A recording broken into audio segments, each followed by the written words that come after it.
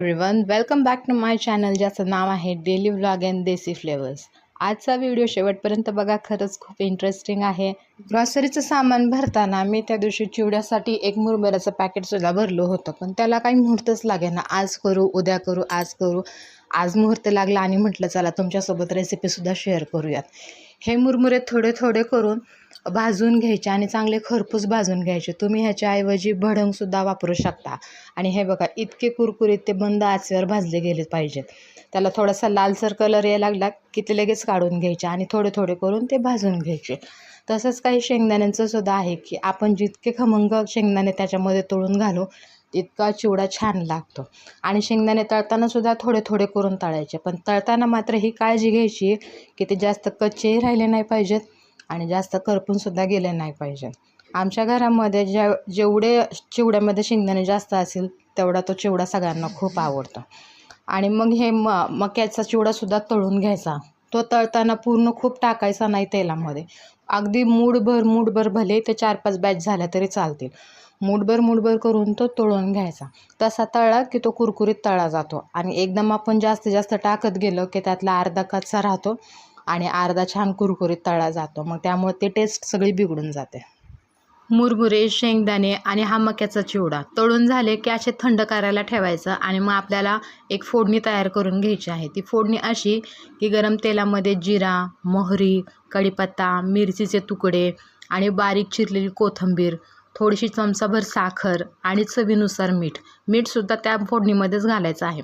आणि सगळी कडकडीत अशी फोडणी करून घ्यायची. छान तीसुद्धा खमंग भाजली गेली पाहिजे. आणि मग नंतर तीसुद्धा काढून थंड करायला ठेवायची. हे जे काही जिन्नस आहे आपण जे तळून एकत्र करून घेतले होते त्यामध्ये ती फोडणी घालून घ्यायची आणि तो सगळा चिवडा टॉस करून घ्यायचा. टॉस करून घेताना मात्र ती फोडणी सगळ्या इन्ग्रेडियंटला लागली पाहिजे. अशा प्रकारे तो सगळा चिवडा मिक्स करून घ्यायचा. एकदा करून बघा, इतका खमंग लागतो. आणि हा आपण बरेच दिवस कंटेनरमध्ये वगैरे टाईट डब्यामध्ये आपण त्याला स्टोअर करून ठेवतो. पण बऱ्याच दिवसाचा खाण्यापेक्षा माझ्या मते तरी माझं पर्सनल मत आहे की आपल्याला जसा लागेल तसा अर्धा किलो वगैरे असा करू ठेवायचा. खरं त्याची टेस्ट चांगली लागते. हा केल्या थोडासा तेलकट दिसतो, पण जसा तो थंड होतो तसा तो ड्राय दिसायला लागतो.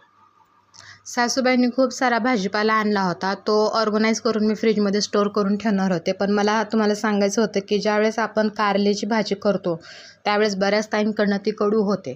पण त्यामागचं असं कारण आहे की ते आपण घेतानाच व्यवस्थित घेत नाही. म्हणजे ज्यावेळेस आपण कारले वगैरे घ्यायला जातो मार्केटमध्ये तेव्हा असे फिक्क्या हिरव्या रंगाचे कारले घ्यायचे. फिक्क्या हिरव्या रंगाचे कारले कमी कडू असतात आणि त्याची भाजीसुद्धा एकदम छान होते. अजिबात कडू लागत नाही. एकदा करून बघा. आणि जेवढं तुम्ही डार्क कलरचं कारलं घेताल तेवढं त्याची भाजी कडू लागते. एकदा नक्की ही ट्रिक फॉलो करून बघा. आणि तसंच काकडीचं सुद्धा आहे. कधी काकडी आणली की ती अशी श्रिंक झालेली दिसते, वाळून गेलेली दिसते. आता पर्सनली आमच्या घरामध्ये फ्रीजमध्ये ठेवलेली काकडी कोणाला आवडत नाही. मग ती बाहेर ठेवलेली असली की ती अशी श्रिंक होऊन जाते. त्यावेळेस फ्रीजमधलं थंडगार पाणी एका पसरट भांड्यामध्ये घ्यायचं आणि त्यामध्ये ते काकडी डिप करून ठेवायची. अगदी 15 मिनटातच ती फ्रेश होऊन जाते. ही सुद्धा एकदा फॉलो करा ट्रिक आणि मला कमेंटमध्ये सांगा उपयोगाची आहे की नाही. आता तुम्हाला दाखवते आमचं छोटंसं मिनी गार्डन.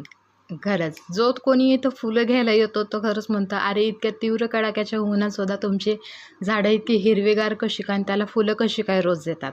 पण त्यामागचं कारण आहे की काळजी घेणं. शिवचे पप्पा खरंच झाडाची खूप काळजी घेतात. त्यांना वेळच्या वेळेला पाणी देणं, त्यांना फर्टिलायझर देणं, ही सगळी काळजी घेतली झाडांची की झाडंसुद्धा छान दिसतात. आणि हे झाडं लहान होतं त्यावेळेस त्याला अजिबात फुलं येत नव्हती, पण जसं मोठं होतं तसं पिवळ्या कलरचं त्याला फूल येते.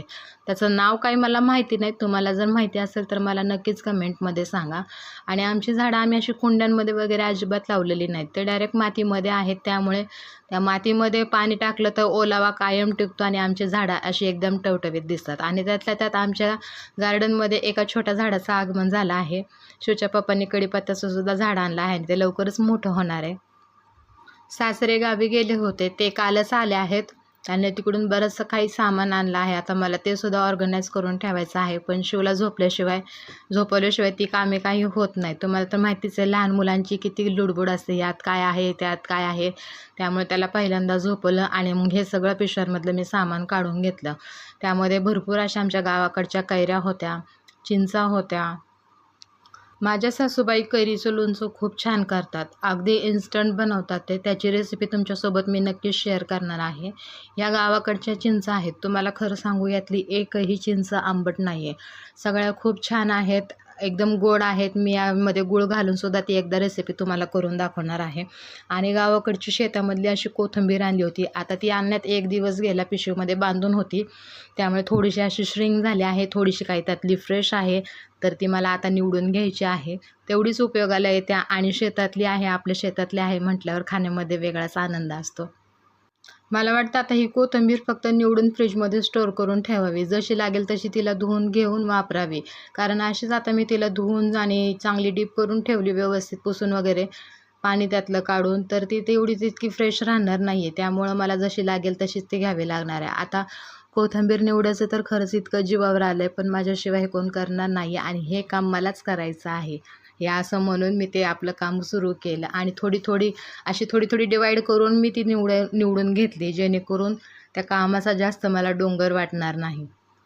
बऱ्याच लोकांना वाटतं की घरी राहणारी गृहिणी खरंच हिला भरपूर आराम असतो, पण अजिबात नाही. आणि त्या गृहिणीला एखादं जर लहान बाळ असेल मग तर नाहीच, आणि त्यातल्या त्यात ती यूट्यूबर असेल मग तर अजिबातच नाही. कारण ज्यांना लहान मुलं आहे खरंच त्या ताई समजू शकतात की त्या मुलाला झोपवून गृहिणीचं काम करणं, नंतर घरातली आपली सून आहे म्हणून त्या सगळ्या जबाबदाऱ्या पार पडणं आणि आपल्या आवडीचं यूट्यूबचं व्हिडिओचं काम करणं. त्यातल्या त्यात एडिटिंग करताना जर बाळ जागं झालं तर त्याच्या रडण्याचा आवाज, त्याला सतत कुठल्या तरी कामामध्ये नादवणं आणि पुन्हा एडिटिंग करणं, ह्या सगळ्या गोष्टी खूप अवघड असतात. पण त्यातूनसुद्धा हे सगळं करावंच लागतं. सगळं वेळेचं मॅनेजमेंट एकदम योग्य प्रकारे करावं लागतं की बाळ झोपलं की तोपर्यंत आपल्याला घरातली सगळी कामं आवरून आपल्याला तो झोपल्याच्या वेळेमध्ये व्हिडिओचं काम पूर्ण करायचं आहे. काल आम्ही गेलो होतो एका लग्नाला, तर तिथून यायला उशीर झाला आणि या कपड्यांच्या घड्या घालायच्या तसंच राहिलं. कपड्यांच्या घड्या 1 दिवस जरी घातल्या नाहीत तर दुसऱ्या दिवशी ते काम दुपटीने वाढतं. पुन्हा ढीगभर कपडे पडतात. म्हणून ज्या गोष्टी त्या वेळेला केलेल्या खरंच बऱ्या पडतात. एक जरी काम लांबणीवर टाकलं किंवा उद्यावर ढकललं तर दुसऱ्या दिवशी त्या कामाचा परत पसारा होतो आणि आपली कामं जास्त वाढली जातात. त्यामुळे टाईम मॅनेजमेंट आणि दिवसाचं रुटीन हे पूर्णच बिघडून जातं. त्यामुळं वेळच्या वेळेला कामं करणं खरंच गरजेचं आहे आणि माझ्या बाबतीत तरी असंच होतं. तुमच्या बाबतीतही तसंच होतं का? मला नक्कीच सांगा. तुम्हाला जर माझा व्हिडिओ आवडला असेल तर नक्कीच व्हिडिओला लाईक करा आणि अजूनही तुम्ही चॅनलला सबस्क्राईब केलं नसेल तर लवकरच चॅनलला जाऊन सबस्क्राईब करून घ्या.